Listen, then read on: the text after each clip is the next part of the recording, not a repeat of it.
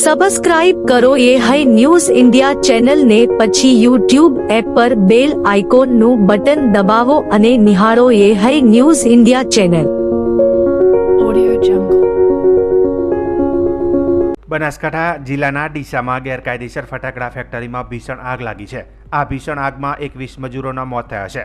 આ આગની સાથે વિસ્ફોટક પદાર્થમાં પ્રચંડ ધડાકો થતાં ગોડાઉન ધરાશાયી થઈ ગયું છે.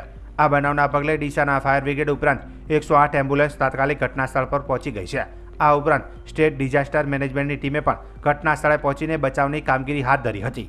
આ ઘટનાના પગલે ફેક્ટરી માલિક ભાગી ગયો છે અને શ્રમિકોના મૃતદેહને ઓળખવાની કામગીરી શરૂ કરી દેવાઈ છે. જેમાં પ્રાપ્ત માહિતી મુજબ ફટાકડા બનાવવાના દારૂગોળામાં પ્રચંડ વિસ્ફોટક થતાં આગ લાગી હોવાનું અનુમાન લગાવવામાં આવી રહ્યું છે. વિસ્ફોટ એટલો પ્રચંડ હતો કે બાજુમાં આવેલું ગોડાઉન ધરાશયી થતાં 200 મીટર સુધી કાટમાળ ફેલાયો હતો, જ્યારે મજૂરોના માનવ અંગો પણ દૂર દૂર સુધી ફેંકાયા હતા. આ ઘટનાની જાણ થતાં ડીસા નગરપાલિકાના ફાયર ફાઇટરો અને 108 એમ્બ્યુલન્સ તાત્કાલિક ઘટનાસ્થળે પહોંચી ગયા હતા. હાલ એસડીઆરએફની ટીમે પણ ઘટનાસ્થળે પહોંચી રેસ્ક્યુની કામગીરી હાથ ધરી છે.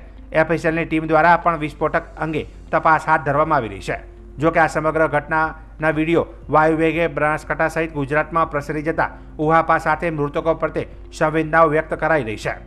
દીપક ટ્રેડર્સ નામની ફેક્ટરીમાં વિસ્ફોટ થયો હતો. અહીં મોટા પાયે ફટાકડા બનાવવાનું કામકાજ ચાલે છે. ઉત્તર ગુજરાતમાં ફેક્ટરી મોટા પાયે ફટાકડા પૂરા પાડે છે. આશ્ચર્યની વાત એ છે કે ફેક્ટરી માલિક ખૂબચંદ સિંધી પાસે ફક્ત ફટાકડા વેચાણ કરવાની પરમિશન છે, પરંતુ તે ફટાકડા બનાવતો હતો. તેથી સ્થાનિક પોલીસ અને વહીવટીતંત્રે બહુઆયામી ધોરણે તપાસનો પ્રારંભ કર્યો છે.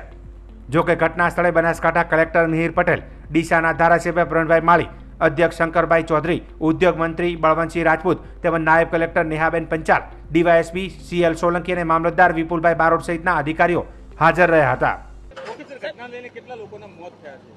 હાલમાં જેમ મેં વાત કરી એમ પ્રચંડ વિસ્ફોટના લીધે સમગ્ર ફેક્ટરીનો RCC સ્લેબ એક સાથે ધરાશાયી થઈ ગયો હતો. RCC સ્લેબના કાટમાળને JCB તથા અન્ય મશીનરી દ્વારા દૂર કરવાની પ્રક્રિયા હાલમાં ચાલુ છે. જેમ જેમ કાટમાળ દૂર થઈ રહ્યો છે તેમ તેમ ડેડ બોડીઝ પણ રિકવર થઈ રહી છે. હાલમાં કુલ 13 જેટલી ડેડ બોડીની રિકવરી થઈ છે તથા કાટમાળને દૂર કરવાની પ્રક્રિયા હાલમાં ચાલુમાં છે. હાલમાં કુલ 4 જેટલા લોકો ઇજાગ્રસ્ત થયા છે, જેમાંથી 2ને પાલનપુર સિવિલ હોસ્પિટલ અને 2 ઇજાગ્રસ્તને ડીસા સિવિલ હોસ્પિટલ ખાતે રિફર કરાયા છે અને 4 ઇજાગ્રસ્ત હાલમાં સ્ટેબલ છે. અંદાજિત સવારે 9:45ની આજુબાજુ ફેક્ટરીમાં પ્રચંડ વિસ્ફોટ થયો હતો. વિસ્ફોટ એટલો બધો તીવ્ર હતો કે એક સાથે વિસ્ફોટ થવાની સાથે જ સમગ્ર ફેક્ટરીનો RCC સ્લેબ નીચે બેસી ગયો હતો અને જે પ્રાથમિક દ્રષ્ટિએ જાણવા મળી રહ્યું છે તે મુજબ ત્યાં કામ કરતા મજૂરોના પરિવારો પણ અહીંયા જ રહેતા હતા. એથી એ જે પરિવારો છે એ સ્લેબ નીચે દટાયા હોવાનું પ્રાથમિક દ્રષ્ટિએ જાણવા મળી રહ્યું છે. હાલમાં 13 જેટલી ડેડ બોડીઝ રિકવરી થઈ છે અને જે ચોક્કસ માહિતી છે એ ટૂંક સમયમાં આપને આપીશું. ગોડાઉન વિશે કોઈ જાણકારી? મેં જેમ આપને કીધું એમ અહીંયા આગળ ફટાકડા બનાવવાનું જે કામ હતું એ ચાલી રહ્યું હતું અને એ દરમિયાન વિસ્ફોટ થયો હોય એવી પ્રાથમિક માહિતી હાલમાં મળી રહી છે. અલગ અલગ ટીમો દ્વારા બાકીની તપાસ ચાલુમાં છે. જે બનાવ બન્યો છે બહુ દુઃખદ છે. મેં આદરણીય CM સાહેબને જઈને મારે વાત થઈ છે. CM સાહેબે સૂચના આપી છે તો આગળ સ્થાનિક કલેક્ટરશ્રી અને બધા જ અધિકારીઓની ટીમ તો આગળ કેટલાય ટાઈમથી કામ કરી રહી છે અને હું પણ ડીસા મુકામે જઈ રહ્યો છું. બચાવની કામગીરી ચાલુ છે. કોઈ પણ દોષી થશે અને સરકાર છોડશે નહીં. અંદાજે હમણાં મેં પૂછ્યું 13 જણનું મને એ લોકોએ કીધું છે એટલે જે લોકો દટાયા છે એના માટે પણ કોશિશ કરી. કોઈ પ્રાથમિક રિપોર્ટ આવ્યો છે. ઉલ્લેખનીય છે કે મુખ્યમંત્રી ભૂપેન્દ્ર પટેલે આ ઘટના પર શોક વ્યક્ત કરતા જણાવ્યું કે આ દુર્ઘટના હૃદયદ્રાવક છે. દુઃખની આ ઘડીમાં મારી સંવેદના મૃતકોના પરિવારજનો સાથે છે. હું વહીવટી તંત્ર સાથે સતત સંપર્કમાં છું અને ઇજાગ્રસ્તોને ઝડપથી સારવાર મળે તે સુનિશ્ચિત કરવા સૂચનાઓ આપી છે. સરકારે મૃતકોના પરિવારજનોને 4 લાખ રૂપિયા અને ઘાયલોને 50,000 રૂપિયાની સહાયની જાહેરાત કરી છે. ડીસા ખાતે ખૂબ દુઃખદ ઘટના બની છે, જેની અંદર 18 જેટલા મૃત્યુ નોંધાયા છે સદર ડીસા વિસ્તારની અંદર આ ફટાકડા સ્ટોરેજ કરવા માટેના જે વિસ્તારની અંદર આ જે ગોડાઉન્સ હતા એ ગોડાઉન્સમાં સરકારશ્રી તરફથી 31/12/24ના રોજ એને રિન્યૂ કરવા માટે કલેક્ટર કચેરીએ એમાં એ લોકોએ અરજી કરેલી, પરંતુ પૂરતા સગવડો અથવા તો સેફટીના અભાવે એને રિન્યૂ કરી નહોતું. એમને એ સંદર્ભે ડીએસપી કચેરીમાંથી પણ અભિપ્રાય માટે જ્યારે આવ્યું એટલે 31/12/24ના રોજ રૂબરૂ એ સ્થળની મુલાકાત કરી હતી. એ વખતે ખાલી હતું, વિડીયોગ્રાફીને બધું જ કર્યું હતું, છતાં પણ જે સેફટીનો અભાવ જોવા મળ્યો એના કારણે એમને નેગેટિવ અભિપ્રાય આપ્યો હતો. પરંતુ અમુક સમય પછી ખૂબ જેને કહેવાય કે લોભ અને લાલચના કારણે એ દીપક ટ્રેડર્સ નામના એ માલિકે ત્યાં આગળ ફટાકડાઓનો જથ્થો ત્યાં મૂક્યો અને ત્યાં આગળ ખૂબ મોટો વિસ્ફોટ થયો. અને એ વિસ્ફોટ થવાના કારણે આગ કે એવો કંઈ બનાવ બન્યો નથી, પરંતુ એ વિસ્ફોટના કારણે આખો સ્લેબ એ ધરાશાયી થયો ને અંદર કામ કરતા પરપ્રાંતીય મજૂરોના મૃત્યુ થયા છે. ખૂબ દુઃખદ વિષય છે. તાત્કાલિક કલેક્ટરશ્રી, એસપીશ્રી અને એમાં પણ 7 ફાયરની ટીમો, 8 એમ્બ્યુલન્સ, 25 લોકો સાથે એસડીઆરએફની ટીમ, 4 જેસીબી, ઇટાચી વગેરે વગેરે જે પણ કોઈ તાત્કાલિક વ્યવસ્થા માટેના જે પણ જરૂરી પગલાં હતા એ વહીવટીતંત્રએ ભર્યા છે અને ત્યાં પહોંચી પણ ગયા છે. કામગીરી અત્યારે ચાલુ છે. લગભગ 22-23 લોકો એની અંદર હશે એવો એક અંદાજ મળ્યો. એટલે 18 જેવા મૃત્યુ થયા અને 5 જણા ઇન્જર્ડ છે. એમાંથી 3 જણને પાલનપુર અને 2 જણ ડીસા ખાતે હાલ સારવાર અર્થે છે. તો બીજી બાજુ વિધાનસભાના અધ્યક્ષ શંકરભાઈ ચૌધરી ડીસા પહોંચ્યા હતા. તેમણે મીડિયા સાથેની વાતચીતમાં જણાવ્યું હતું કે આ દુર્ભાગ્યપૂર્ણ ઘટના છે. મજૂરી કરતા લોકોએ પોતાના જીવ ગુમાવે છે. ઈજાગ્રસ્તોની સારવાર માટે વ્યવસ્થા કરવામાં આવી છે. આ માફ કરી શકાય તેવી ઘટના નથી. રાજ્ય સરકાર કાયદેસરના પગલાં લેશે તેમ જણાવ્યું હતું. એક ખૂબ દુર્ભાગ્યપૂર્ણ હાદસો છે. અનેક લોકોએ પોતાના જીવ ગુમાવ્યા છે. હોસ્પિટલની અંદર જે સારવાર લઈ રહ્યા છે તેમને સારવાર માટેની સૂચના બધી માનનીય મુખ્યમંત્રી શ્રી કક્ષાએથી પણ અપાઈ છે. અને અહીંયા ડૉક્ટરની મિત્રો અહીંયા અને પાલનપુર બંને હોસ્પિટલોમાં સારવારની વ્યવસ્થા કરી રહ્યા છે. બહુ દુઃખદ આ ઘટના છે. સાહેબ, ફેક્ટરીનો માલિક ફરાર થઈ ગયો હોવાના સમાચાર છે. કયા પ્રકારથી સરકાર એની સરકાર એની તપાસ સોંપી છે માનનીય મુખ્યમંત્રીશ્રીએ, અને એ તપાસ કરીને જે પણ ગુનેગાર હોય એને આ માફ કરી શકાય એવી આ ઘટના નથી. આ બહુ દુર્ભાગ્યપૂર્ણ ઘટના છે અને નિર્દોષ લોકોએ કઈ રીતે એને જાન ગુમાવ્યા એની ડિટેલ તપાસનું આવશે ત્યારે ધ્યાન ઉપર આવશે. પરંતુ મજૂરી કરતા લોકો, એવા ગરીબ લોકોએ જાન ગુમાવ્યા છે. એટલે અત્યારે હાલ તો તાત્કાલિક જે હોસ્પિટલમાં છે એમને સારવાર આપવી અને બહારથી અંદર જે દટાયેલા હતા એ બધાને બહાર કાઢવા, આ 2 કામ સૌથી પહેલી પ્રાયોરિટી તંત્રએ કામ ઉપર લીધું છે. નગરપાલિકા, જિલ્લા કલેક્ટર તંત્ર, બાકીના ફાયરની ટીમ અને સ્થાનિક પ્રજાજનો બધાએ ભેગા થઈને આ કામની અંદર લાગ્યા છે. અને અત્યારે પહેલી પ્રાયોરિટી મને લાગે છે કે હોવી જોઈએ તપાસ, અને બાકીનું છે એ રાજ્ય સરકાર એનો નિર્ણય કરશે. સાથે સાથે બનાસકાંઠા સાંસદ જ્ઞાનીબેન ઠાકોરે મૃતકોના પરિવારજનો પ્રત્યે સંવેદના વ્યક્ત કરી હતી અને સરકાર વધુમાં વધુ આર્થિક રીતે મદદ કરે અને આ અંગે ચોક્કસ કાર્યવાહી થાય તેવી માંગ કરી હતી. ગુજરાતમાં બનાસકાંઠા જિલ્લાના ડીસા મુકામે ફટાકડાની ફેક્ટરીમાં આગ લાગતા 18થી વધારે નિર્દોષ લોકોએ જીવ ગુમાવ્યા છે. આ તમામના આત્માને શાંતિ મળે એવી હું ભગવાનને પ્રાર્થના કરું છું. એમના પરિવારજનો પર જે દુઃખ આવી પડ્યું છે એ દુઃખ સહન કરવાની ભગવાન એમને શક્તિ આપે. અને દુઃખની ઘડીમાં એક લોકસભાના સાંસદ તરીકે પરિવારની સાથે છું. વારંવાર દુર્ઘટનાઓ બને એની પાછળ લાપરવાહી અને વહીવટીતંત્રની મિલીભગતના કારણે નિર્દોષ લોકોના વારંવાર જીવ ગુમાવવા પડે છે. ગુજરાતની અંદર અનેક ઘટનાઓ બની છે, ત્યારે આજની ઘટના એ કમકમાટી ભરાવી આ ઘટના છે. મારી કલેક્ટર સાથે પણ વાત થઈ છે. એમાં અત્યારે મળતી વિગત પ્રમાણે 18 જેટલા લોકોના મૃત્યુ વહીવટીતંત્રએ જાહેર કર્યા છે। ત્યારે આપના માધ્યમથી સરકારને કહેવા માગું છું કે જ્યારે કોઈ પણ ઘટના બને ત્યારે માત્ર એનો તપાસ કરવા પૂરતી તપાસ થાય છે। આની અગાઉ ગુજરાતની અંદર સુરતની ઘટના તક્ષશિલામાં 22 જેટલા વિદ્યાર્થીઓએ અગ્નિકાંડમાં પોતાના જીવ ગુમાવ્યા હતા। રાજકોટ અગ્નિકાંડની અંદર 27થી પણ વધારે લોકોએ જીવ ગુમાવ્યા હતા। એના પછી 141થી વધારે લોકોએ મોરબી જે પુલ પડવાથી બ્રિજ તૂટવાથી જે મૃત્યુ થયા। આમ મારો કહેવાનો અર્થ એટલો જ છે કે બ્રિજ તૂટે, અગ્નિકાંડ થાય, કોઈ પણ દુર્ઘટના બને તો આ પાછળના વહીવટીતંત્ર જે તે વખતે એની એનઓસી આપવી પડે અને એનઓસી આપીને જે મંજૂરી આપે છે એ ક્યાંક ને ક્યાંક એને ઝીણવટપૂર્વક એની તપાસ કરવામાં નથી આવતી અથવા તો અધિકારીઓની મિલીભગતના કારણે જે એનઓસી આપી દેવામાં આવે છે અને પછી આવી દુર્ઘટનાઓ બને છે। એટલે આજે મીડિયાના માધ્યમથી હું સરકાર પાસે અપેક્ષા રાખું છું કે જે આ ઘટના બની છે એ ખૂબ જ દુઃખદ ઘટના છે।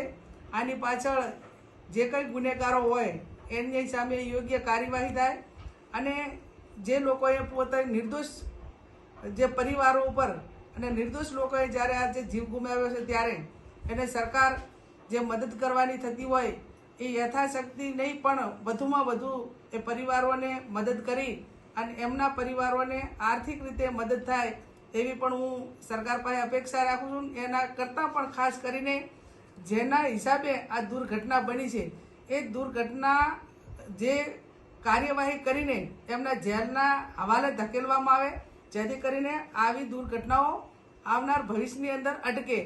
એનું કારણ કે જ્યારે ઘટના બને છે એમ મેં અગાઉ કીધું એમ તપાસ માત્ર તપાસ પૂરતી જ થાય છે।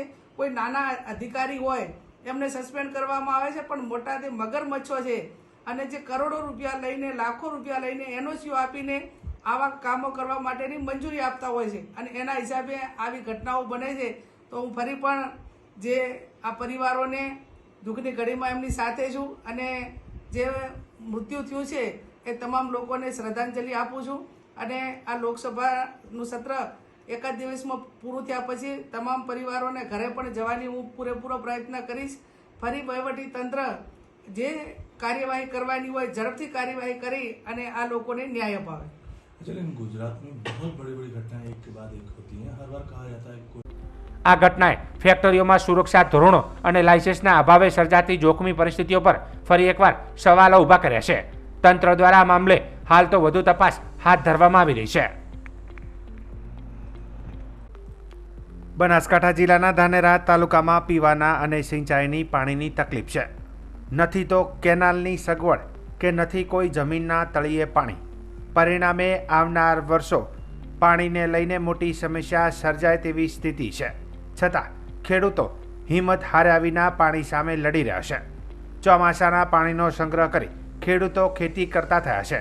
ત્યારે આજે ભાટીપ ગામે અધ્યક્ષ શંકરભાઈ ચૌધરીએ 51 ખેત તલાવડીનું ખાતમુહૂર્ત કર્યું છે અને ખેડૂતોને યોગ્ય રીતે પાણીનું જતન કઈ રીતે થાય તે વાત સમજાવીને પાણીનો યોગ્ય ઉપયોગ કરવા સૂચન કર્યું હતું। 51 ખેત તલાવડીમાં 51 કરોડ લીટર પાણીનો સંગ્રહ થશે। 510 વીઘા જમીનમાં પિયત થશે। અનેક આગેવાનોની હાજરીમાં શંકરભાઈએ રાજકીય ચાપકા મારતા કહ્યું હતું કે જેને જે કહેવું હોય તે કહે પણ મને તો કામ કરવાની મજા આવે છે। બધાનું ભલું થાય અને હું કઈ રીતે લોકોને મદદરૂપ થઈ શકું એ જ મારું લક્ષ્ય છે। મને કોઈ સારું કહે કે ખરાબ કહે એ એમનો વિષય છે પણ મારે તો લોકોની સેવા કરવી છે, લોકોના કામ કરવા છે। ધાનેરાની જનતા અને ખેડૂતો માટે હું ક્યાંય પાછો નહીં પડું તેમ જણાવ્યું હતું। ભાટીપ ગામે ખેત તલાવડીના કાર્યક્રમમાં અનેક રાજકીય આગેવાનો સાથે મોટી સંખ્યામાં ખેડૂત મહિલાઓની હાજરીમાં પૂરા વિધાન સાથે ખાતમુહૂર્ત કરવામાં આવ્યું હતું। તમામ ખેડૂતોએ શંકરભાઈ કંઈક કરશે એવો સૂર વ્યક્ત કર્યો હતો। તો બીજી તરફ ધાનેરા ડીસાના પૂર્વ એમએલએ ગુવાભાઈ રબારીએ કહ્યું હતું કે હાલ શંકરભાઈ જ કામ કરે છે, બાકી બધા વાતો કરે છે। સરકારમાં અધ્યક્ષનું ચાલે છે, કામ કરવાની સૂઝબૂઝ છે, બાકી જેનાથી નથી થતું એ માત્ર આક્ષેપ જ કરી રહ્યા છે। ત્યારે અધ્યક્ષને આપણે વિનંતી કરીએ કે ધાનેરા તાલુકામાં પાણીની મોટી સમસ્યા છે ત્યારે થરાદની સાથે ધાનેરામાં પણ પાણી મુદ્દે કંઈક નવું સર્જન કરે. સમગ્ર કાર્યક્રમમાં ધાનેરાના એમએલએ સાથે અનેક રાજકીય આગેવાનોની હાજરીમાં કામ મુદ્દે કટાક્ષ થયા હતા. પણ ધાનેરા તાલુકા માટે પાણી મુદ્દે કંઈક આશા બંધાઈ છે અને ખેત તલાવડીનું ખાતમુહૂર્ત કરી ખેડૂતોને પણ પાણી મુદ્દે કટિબદ્ધ બન્યા છે. ધાનેરા તાલુકો જળ સંચય લઈને નવસર્જન કરી રહ્યો છે, શું કહેશો? જળ સંચયનું કામ દરેક લોકોએ ઉપાડવું પડે.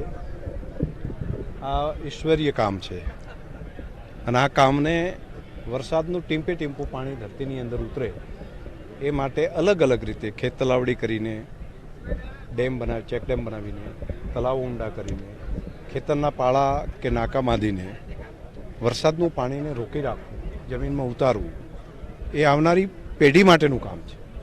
બહારથી પાણી લાવવાની સાથે સાથે અહીંનું વરસાદનું પાણી છે તેનો સંગ્રહ કરવો, તેને બચાવી રાખવું એ કામને બનાસવાસીએ ઉપાડી લીધું છે અને એક જન આંદોલન તરીકે જળ સંચયના કામ માટેનું જે કામ હાથ ઉપર લીધું છે અને દેશના પ્રધાનમંત્રી મોદી સાહેબનું જે આહવાન છે એને જે બનાસવાસીએ ઉપાડ્યું છે, મને ભરોસો છે કે જો આ જ કામ સતત 10 વર્ષ કર્યા કરીશું તો આવનારા સમયમાં જે ધરતીમાંથી પાણી નીકળી ગયું છે એને પુનઃ આપણે આપવાનું કામ કરી શકીશું.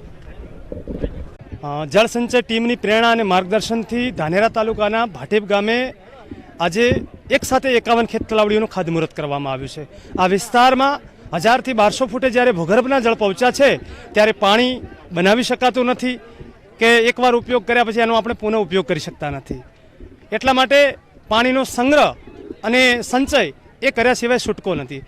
એટલે ભાટીપ ગામે આજે એક સાથે ગામમાં 51 ખેત તલાવડીઓનું ખાતમુહૂર્ત આપણા માનનીય વિધાનસભાના અધ્યક્ષ શંકરભાઈ સાહેબના હસ્તે કરવામાં આવ્યું. અને સાથે સાથે આ 51 ખેત તલાવડીઓમાં 51 કરોડ લીટર પાણીનો સંગ્રહ થશે અને 510 વીઘા જગ્યાનું પિયત થશે. આવનારા સમયમાં આ ખેત તલાવડીઓના લીધે ખેડૂતોની જે શિયાળામાં ઉનાળામાં જગ્યા પડી રહે છે એ જગ્યા પડી નહીં રહે અને સારું ઉત્પાદન મેળવી શકશે અને સાથે સાથે ચોમાસુ વરસાદના પાણીનો ઉપયોગ કરી અને ખેડૂત પોતાની આવક વધારે બમણી કરી શકશે. મારું નામ અણદાભાઈ જાટ. મારું નામ સરદારાજી રાજપૂત છે. ભાટીપનો વતની છું અને ગ્રામ પંચાયતનો સરપંચ છું. આજે પ્રથમ તો અધ્યક્ષ સાહેબે પગલાં કર્યા ભાટીપમાં એ અમે તો ભાવિ પુણ્યતા થઈ ગયા. કેમ કે આ પગલાં અધ્યક્ષ સાહેબે કર્યા એટલે અમારે છોકરીના મેણીઓની એની વ્યવસ્થા થશે એટલો જરૂર મને વિશ્વાસ છે. એમના ભરોસે અમે આ 51 તો મૂળ છોકરીઓના ફોર્મ ભર્યા અહીં અને આજે પણ મને લાગણી છે કે ઘર દીઠ ચોકડી બનાવવી પડશે. ચોકડીથી પાણી અદ્યાર અને ટપક અબરાશે એટલે એનાથી અમારે ફાયદો જરૂરથી મળશે એમની. બરાબર. અને પ્રથમ તો અધ્યક્ષ સાહેબે અમારે આ ગામની મુલાકાત લીધી ને અમે ધન્ય થઈ ગયા. એમને ખૂબ ખૂબ મોટા અભિનંદન આપું છું.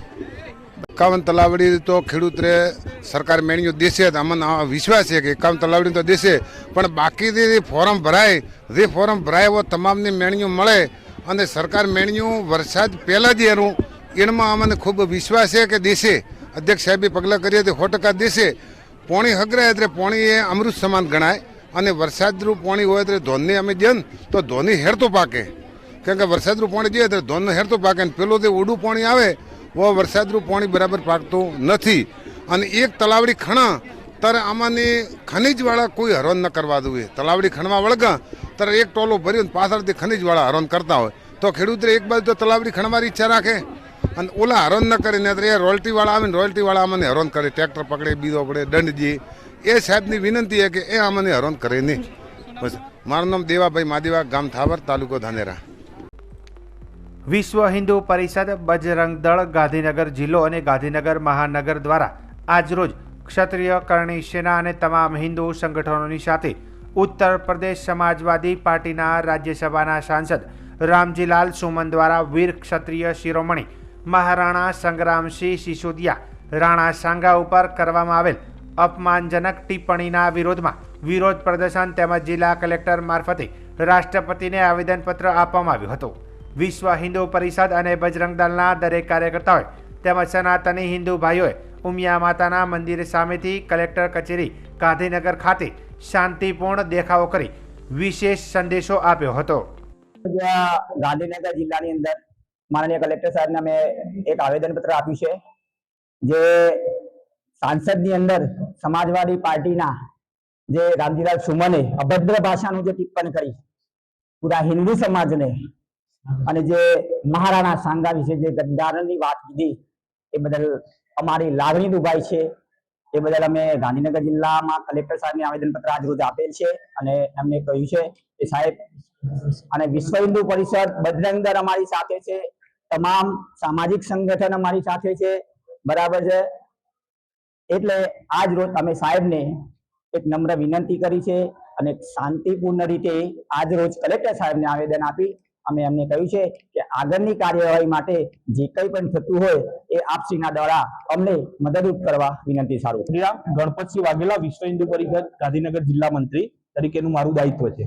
આજ રોજ કરણી સેના અને બજરંગ દળ તેમજ તમામ હિન્દુ સંગઠનો દ્વારા સહિયારો ભેગા પ્રયાસથી અમે કલેક્ટર સાહેબને થ્રુ રાષ્ટ્રપતિને એક આવેદનપત્ર મોકલવામાં આવેલું છે કે જે યુપીની અંદર સાંસદ સમાજવાદી પાર્ટીના સાંસદ દ્વારા જે મહારાણા સાંગા શિરોમણી મહારાણા સાંગા રાજા વિરુદ્ધમાં જે અભદ્ર ટિપ્પણી કરવામાં આવી છે એનો વિરોધ પ્રદર્શન કરતું અમે એક આવેદન આપેલું છે. ટૂંક સમયમાં દરેક જિલ્લામાંથી આ રીતનું આવેદનપત્ર મોકલવામાં આવશે અને અમારી સરકાર શ્રીને રાષ્ટ્રપતિ શ્રીના નમ્ર વિનંતી છે કે આવા સાંસદ ઉપર કડકમાં કડક કાર્યવાહી કરી અને એમને સંસદમાંથી મુક્ત કરવા અથવા તો યોગ્ય પગલાં લેવા જોઈએ. એમ કે મહારાણા સાંગા એ આપણા દેશનું અને સર્વ સમાજનું ગૌરવની વાત છે અને એના વિરુદ્ધમાં આ રીતની ખોટી ટિપ્પણીઓ કરવામાં આવી છે તો એ સહન કરી લેવામાં આવશે નહીં. બજરંગ દળ હંમેશા સારા કાર્યો જ કરતું હોય છે, જેમાં દરેક સમાજની સાથે હોય છે.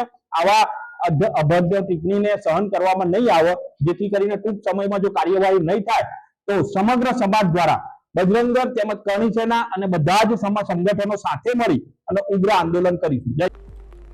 મુંબઈની ઈરાની ગેંગ સમગ્ર દેશમાં લૂંટ કરવામાં જાણીતી છે, ત્યારે નવસારી જિલ્લા સહિત સમગ્ર દક્ષિણ ગુજરાતમાં વૃદ્ધ મહિલાઓ પાસે સોનાના ઘરેણાઓ પોલીસની ઓળખ આપી ઉતારતા ઈરાની ગેંગના 2 સભ્યોને નવસારી એલસીબી સહિત થાણે ક્રાઇમ બ્રાન્ચની ટીમે સંયુક્ત ઓપરેશન થકી મુંબઈથી ઝડપી પાડી નવસારી જિલ્લાના સાથે દક્ષિણ ગુજરાતમાં કેસોનો ઉકેલ મળ્યો છે. ગુજરાત રાજ્યના નવસારી, વલસાડ, સુરત, વડોદરા, ભરૂચ, ગોધરા સહિતના શહેરોમાં નકલી પોલીસની ઓળખ આપી ઘરેણાં ઉતારતા હતા.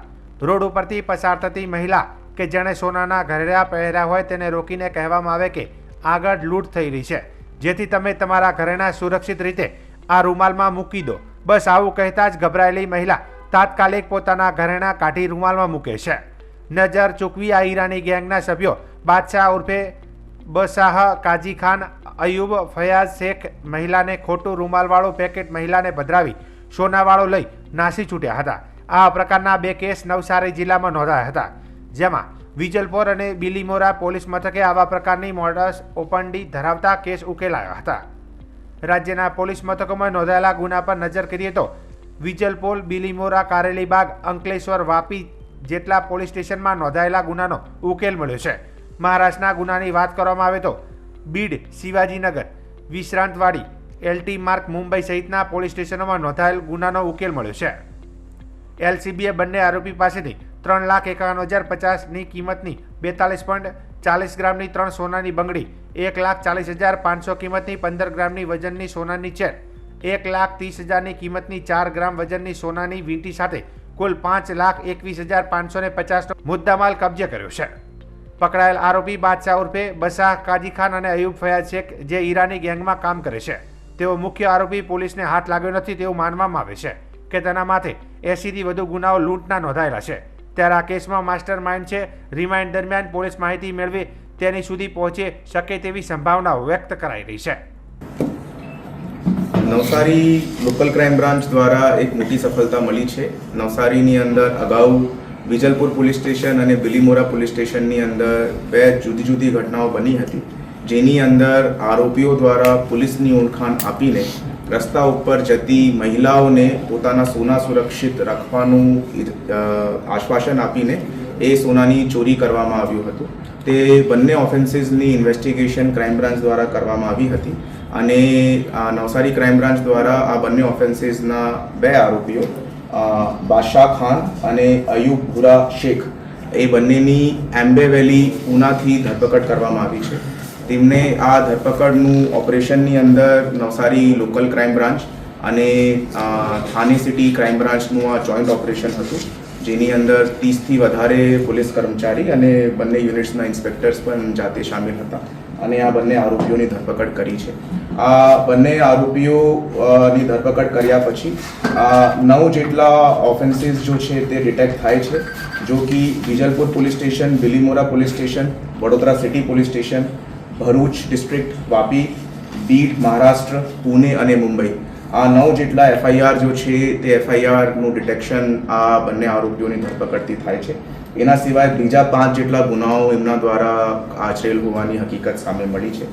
આ બંને આરોપીઓ ખિલાફ ઓલરેડી 5 અને 7 જેટલા FIR મહારાષ્ટ્ર સ્ટેટની અંદર જુદા જુદા ગુના નંબરથી રજિસ્ટર્ડ છે અને નવસારી પોલીસ દ્વારા નવસારીના બંને ગુનાઓ અને વલસાડ ડિસ્ટ્રિક્ટના એક ગુનાનો તમામ મુદ્દામાલ અંદાજિત બધું ભેગા મળીને 5,21,000 રૂપિયાનો મુદ્દામાલ બરામદ કરવામાં આવ્યું છે. આમાં મુખ્ય આરોપી કોણ છે, કેવી રીતે આ લોકો કામ કરતા?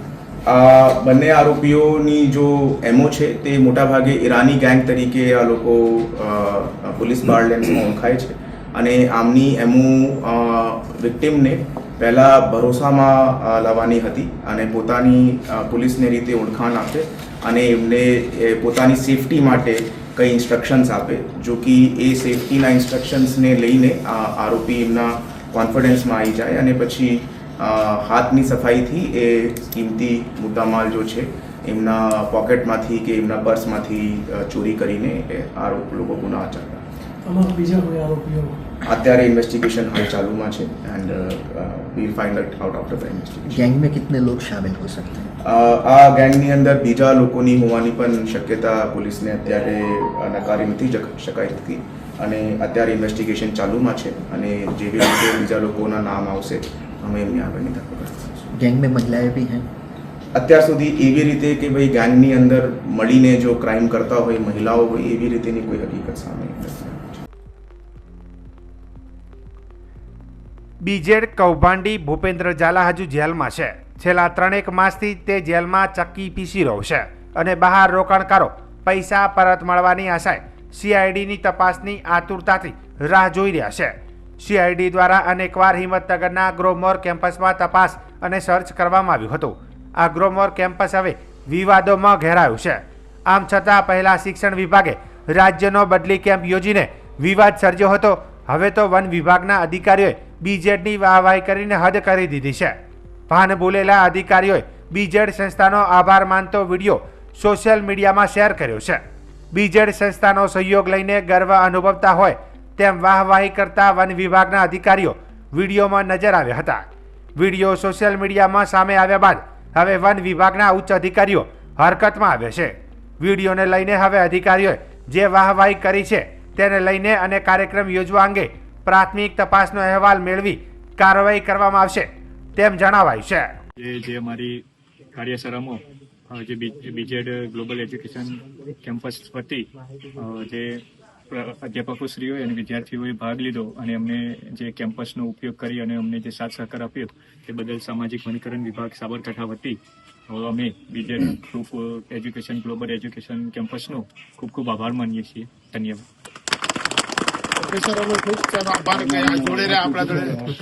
પ્રમાણપત્ર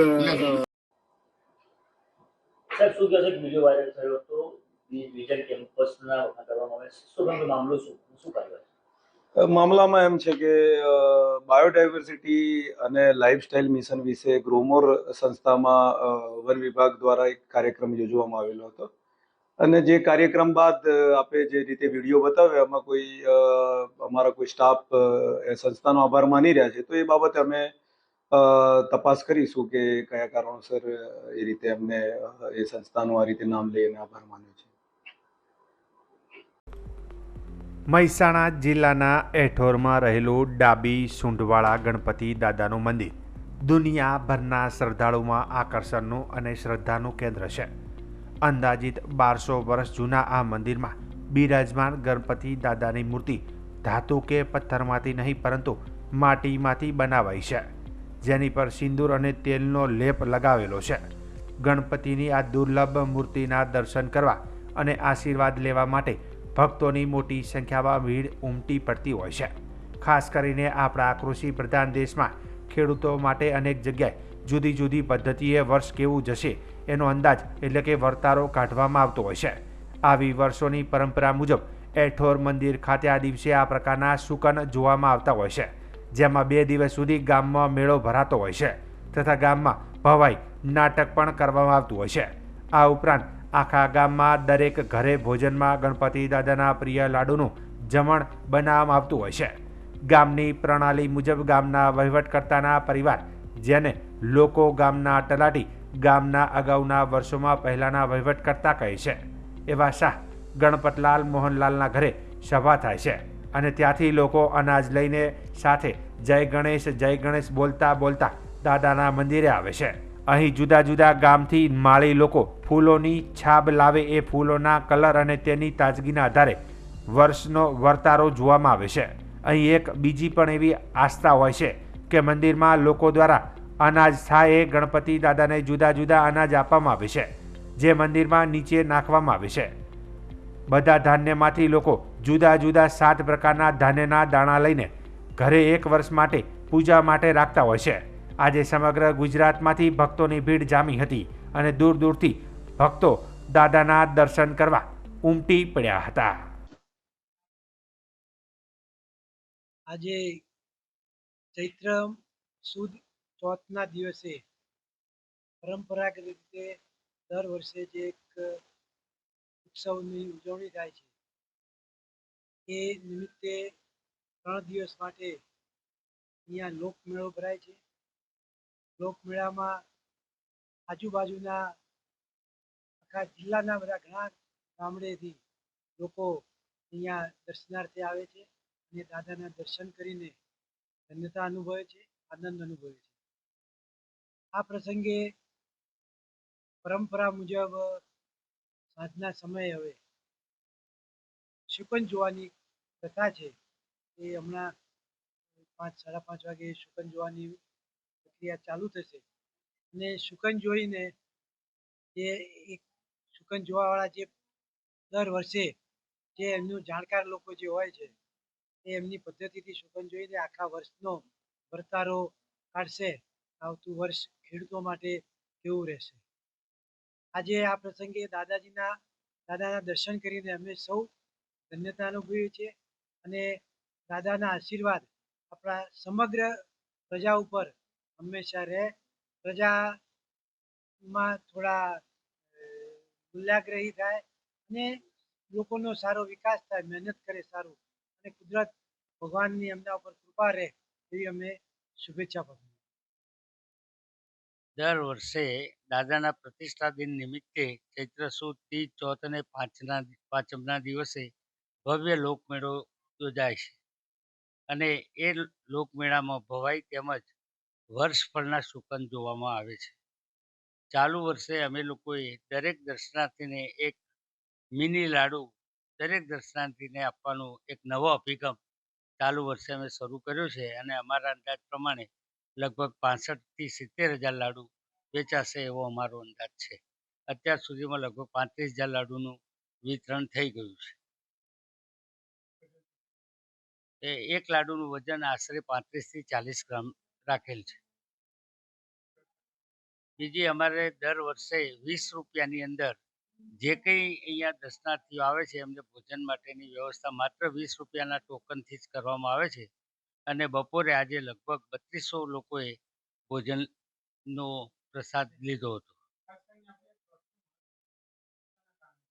હવે એવું કહેવાય છે કે દાદાનો પ્રતિષ્ઠા દિન છે અને કેટલા વર્ષો લગભગ ઘણા વર્ષો પહેલાંથી આ પરંપરા ચાલતી આવતી હોય એવું અમારું માનવું છે અને એ વખતે મનોરંજનનો કોઈ કાર્યક્રમ હોતો નહીં લોકો પાસે એ વખતે એ જમાનામાં, એટલે ભવાઈ દ્વારા લોકોને એક તો આનંદ મળે અને એમને મનોરંજન મળે એ આશયથી 3 દિવસ અહીંયા નાયકો દ્વારા લોકભવાઈનો કાર્યક્રમ યોજવામાં આવે છે અને વર્ષભરના શુકન પણ જોવામાં આવે છે. આમ તો અમારા ગામમાં જ્યારે નાયક ભાઈઓનો એન્ટ્રી થાય ત્યારથી જ એ લોકો વર્ષભર કેવું આવશે એનો અંદાજ નીકળતો હોય છે અને ચાલુ વર્ષે જાણવા મળ્યા પ્રમાણે આવતું વર્ષ સારું જશે એવું માનવું છે.